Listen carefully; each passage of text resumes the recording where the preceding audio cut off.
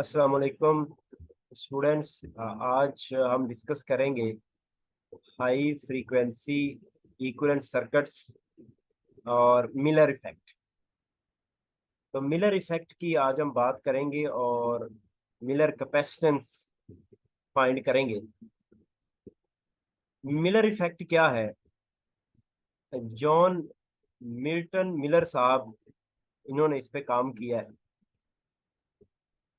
इनको ये पता चला है कि जब फ्रीक्वेंसी बहुत हाई हो, ये टॉपिक जो है वो हाई फ्रीक्वेंसी एनालिसिस से रिलेटेड है।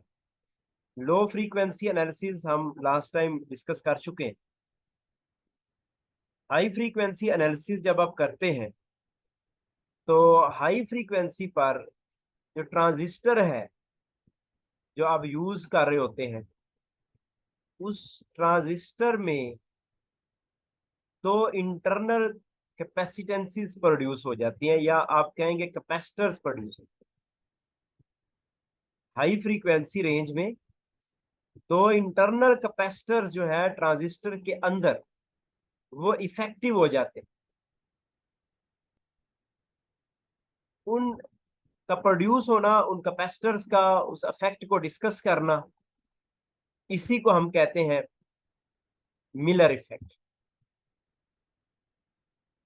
और इनपुट और आउटपुट में आपके पास एक कैपेसिटेंस आती है, additional amount of capacitances will be due to this effect. इस इफेक्ट की वजह से जो कैपेसिटेंस डेवलप होगी सर्किट में, उसको हम मिलर कैपेसिटेंस कहते हैं। और जो दो कैपेसिटर्स प्रोड्यूस हो जाते हैं, एक को हम डिफ्यूजन कैपेसिटर कह देते हैं, जो इनपुट साइड पर जो कलेक्टर और जो अमीटर और बेस ऑफ ट्रांजिस्टर जो है उस साइड पर एक कैपेसिटर डेवलप होता है, उस ट्रांजिस्टर के अंदर कैपेसिटिव इफेक्ट आता है, उसको हम डिफ्यूजन कैपेसिटर कह देते हैं। और दूसरा जो आउटपुट पर कलेक्टर बेस जंक्शन जो कि रिवर्स बाइस होता है, उसमें जो कैपेसिटिव इफेक्ट आता है, उस कैपेसिटर को आप आमतौर पे ट्रांजिस्टर कैपेसिटर कहते हैं। और ये जो ट्रांजिस्टर कैपेसिटर होता है, ये फीडबैक प्रोवाइड करता है, क्योंकि ये रिवर्स बाइस है, तो ये इनपुट की तरफ फीडबैक प्रोवाइड करता है, आउटपुट से इनपुट की तरफ। यहाँ पे CF शो किया गया है, फीडबैक कैपेसिटेंस। जो फीडबैक कैपेसिटेंस है, ये एक्चुअली आउटपुट जो जंक्शन है, कलेक्टर बेस जंक्शन जो कि रिवर्स बाइस था, उसमें कैपेसिटिव इफेक्ट आ गया है हाई फ्रीक्वेंसी पर। तो उसको CF से हमने डिनोट किया है और वो फीडबैक का काम करता है। इसी को ही आज हम डिस्कस करेंगे, इसी टॉपिक को। तो अभी आपको ये पता होना चाहिए कि मिलर इफेक्ट क्या है। ये ऐसा इफेक्ट है जिसमें उस ट्रांजिस्टर के अंदर हाई फ्रीक्वेंसी पर इंटरनल कैपेसिटेंसीज डेवलप हो जाती है, उनको शंट कैपेसिटेंसीज कहते हैं। बहुत कम चार्ज स्टोर करेंगे पिको फैरेड्स में। अब उन कैपेसिटेंसीज का प्रोड्यूस होना और उसको फिर डिस्कस करना, उसकी वजह से ओवरऑल कैपेसिटेंस का इंक्रीज होना सर्किट में, तो this is called Miller effect. यहाँ पर राइडर साहब की बुक जो है, यहाँ से हम इस टॉपिक को कंसल्ट कर रहे हैं, और उसने हाइब्रिड पाई इक्विवेलेंट सर्किट एक बनाया है, ये आपके सामने इक्विवेलेंट सर्किट ड्रा किया है उस एम्पलीफायर का, जिसमें इनपुट वोल्टेज VBE अप्लाई कर दिया, बेस अमीटर के cross cross common ammeter amplifier है। IB इनपुट करंट फ्लो होगा, और RBE इनपुट रेजिस्टेंस है, ये जंक्शन की जो बेस अमीटर जंक्शन है, उसमें जो करंट फ्लो होगा उसका नाम I है। और जो बेस से आगे जाएगा करंट, उसका नाम I1 है। और यहां से एक कैपेसिटेंस या कैपेसिटर हमने बनाया हुआ है CBE बेस और अमीटर के क्रॉस, इसके पैरेलल में, इसमें जो करंट जाएगा इसका नाम I3 है। और एक करंट आउटपुट से आएगा जो फीडबैक का काम करेगा CBC कैपेसिटर। तो CBC जो है वो फीडबैक का काम कर रहा है। और यहाँ पे जो इनपुट जंक्शन में कैपेसिटर है वो इक्विवेलेंट सर्किट हम आगे बनाएंगे उसके ओवरऑल कैपेसिटेंस। तो CBC से बैक करंट या फीडबैक करंट आएगा I2, वो I2 भी CBE में ही फ्लो करेगा, I1 भी करेगा। तो I3 will be sum of I1 and I2। इसके अलावा करंट सोर्स लगाया है GMVBE और आउटपुट रेजिस्टेंस शो किया ROE, कलेक्टर और बेस के क्रॉस। रिवर्स बाइस जंक्शन है ये बहुत हाई रेजिस्टेंस होती है, आपको पता है रिवर्स बाइस। आउटपुट वोल्टेज जो आएगा उसका नाम रखा हुआ है कलेक्टर अमीटर के क्रॉस V0। यहाँ पे उसने थोड़ा एक्सप्लेन भी कर दिया इसको, कहता है कैपेसिटेंस जो CBE है जो बेस अमीटर के पैरेलल डेवलप हुई है is that of depletion region, sorry, holds the charge stored in the base, base में जो चार्ज स्टोर होगा उसको होल्ड करेगी।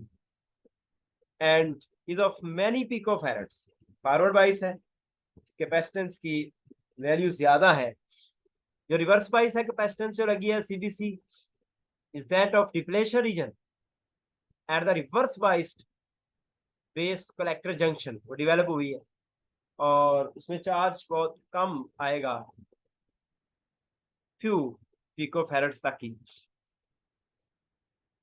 और रेजिस्टेंस 1/HO, ये आउटपुट रेजिस्टेंस ये बहुत लार्ज है, ये कलेक्टर और अमीटर की रेजिस्टेंस है रिवर्स बाइस होने की वजह से लार्ज होती है। तो कहता है is and eliminated in the equivalent circuit, eliminate कर देगा। फिगर नंबर 8.13 के ऊपर ही डिस्कशन है। 8.13 के मुताबिक I1 और I2 ऐड होकर I3 बनाएंगे। तो हमने यहाँ लिख लिया I1 plus I2 is equal to I3। और I3 को डिफाइन करना है अगर हमने, तो I3 जो आ रहा है वो इस वोल्टेज पर डिपेंड कर रहा है। यहाँ पे वोल्टेज X पॉइंट पर वही है जो यहाँ था, और यहाँ पे वोल्टेज कितना है VBE, ये ग्राउंड है नीचे, तो VBE वोल्टेज है, पोटेंशियल डिफरेंस VBE ही बनेगा, यहाँ ग्राउंड है, जीरो है। तो करंट होगा voltage over reactance of capacitor, ये जो CBE है इसकी रिएक्टेंस 1/ω/CBE लिख लेंगे आप। ω/CBE ऊपर चला जाएगा, ω/CBE इंटू VBE, ये हमारे पास बन गया I3। उसके बाद I2 लिखना है अगर हमने, I2 डिपेंड करेगा पोटेंशियल डिफरेंस पर, ये जो CBC के क्रॉस इस साइड पे पोटेंशियल V0 है, दूसरी साइड पे X वाली साइड पे पोटेंशियल VBE है। तो करंट फ्लो हो रहा है V0 से VBE की तरफ, तो इसलिए हम जो पोटेंशियल डिफरेंस लिखेंगे वो V0 माइनस VBE लिखेंगे, divided by reactance 1/ω/CBC। ω/CBC ऊपर चला गया तो ये बन गया ω/CBC V0 माइनस VB। अब जो V0 है इसको हम VBE लिख सकते हैं, गेन। गेन क्या होता है जी? Output voltage over input voltage. Input voltage का नाम VBE है, आउटपुट वोल्टेज का नाम V0 है। V0 ओवर VBE AV होगा, तो V0 को लिख सकते हैं AV/VBE, फॉर्मूले को थोड़ा मॉडिफाई कर, तो ये हम पुट कर देंगे। यहाँ पे V0 लिखा है ऊपर इक्वेशन में ये वाला, इसकी जगह पे AV/VBE लिख देंगे, गेन की फॉर्म में आ जाएगा। यहाँ पे VBE कॉमन आ जाएगा, तो ω/CBC VBE और AV माइनस 1। अब कहता है कि आप पुट कर दें इक्वेशन नंबर 8.35 में ये वैल्यूज जो हमने अभी फाइंड की हैं I2 और I3। दोनों वैल्यूज I2 I3 की इधर पुट कर दें, I1 आपके पास आ जाएगा, I3 माइनस I2, दोनों वैल्यूज पुट की, इनमें जो कॉमन है वो बाहर आ गया, और एक वैल्यू और पुट कर दी इसमें, जो AV है उसकी वैल्यू पुट कर दी minus GMR। Output voltage over input voltage भी होता है, और output resistance over input resistance भी होती है। AV इज इक्वल टू, हमने पढ़ा था कभी, RC ओवर RIE, तो RC की जगह पे तो कैपिटल R आ गया, और नीचे RI, 1/RI जो है वो GM होता है। GM is the transconductance, जो इनपुट रेजिस्टेंस है जंक्शन के मीटर की, उसका जो रेसिप्रोकल है वो ट्रांस कंडक्टेंस है, तो इसलिए हमने माइनस GMR, माइनस आपको पता है फेज शिफ्ट की वजह से, तो ये पुट कर दिया हमने यहाँ पे। AV की वैल्यू पुट कर दी GMR माइनस GMR, और माइनस कॉमन भी ले लिया, इस वजह से बाहर प्लस आ गया, बाहर आपने ओमेगा BBE कॉमन लिया हुआ दोनों में, तो CBE बना, और 1 प्लस GMR CBC बना। अब current I1 passes into an apparent input capacitance। I1 जो है एक्चुअली, ये जो I1 जा रहा है, ये एक्चुअली तो पास होता है एक जो अपेरेंट कैपेसिटेंस बनेगी जो इनपुट जंक्शन में हाई फ्रीक्वेंसी पर, और उस कैपेसिटेंस को कहेंगे, हम नाम रखेंगे CIE, इक्वल टू, उसकी वैल्यू कितनी होगी, ये जो लिखी, CBE plus 1 plus GMR into CBC। तो ये I1 ओवर ओमेगा BBE जो है वो CIE के बराबर हो जाएगा, तो ये एक अपेरेंट कैपेसिटेंस प्रोड्यूस हुई है, यही मिलर कैपेसिटेंस का नाम हम देने वाले इसको। तो अब ये एक कैपेसिटेंस डेवलप हो गई है। उसके बाद कहता है कि this capacitance is the result of multiplied value of CBC moved into the input circuit in parallel with CBE between base and emitter. The effective value of CIE is much larger than the either CBC and CBE। जो effective value जो होती है high frequency पर जो CIE बननी है वो CBC और CBE से काफी ज्यादा होती है, and this multiplying of capacitance is called, ये कैपेसिटेंस का बढ़ जाना हाई फ्रीक्वेंसी पर, उसको हम कहते हैं मिलर इफेक्ट।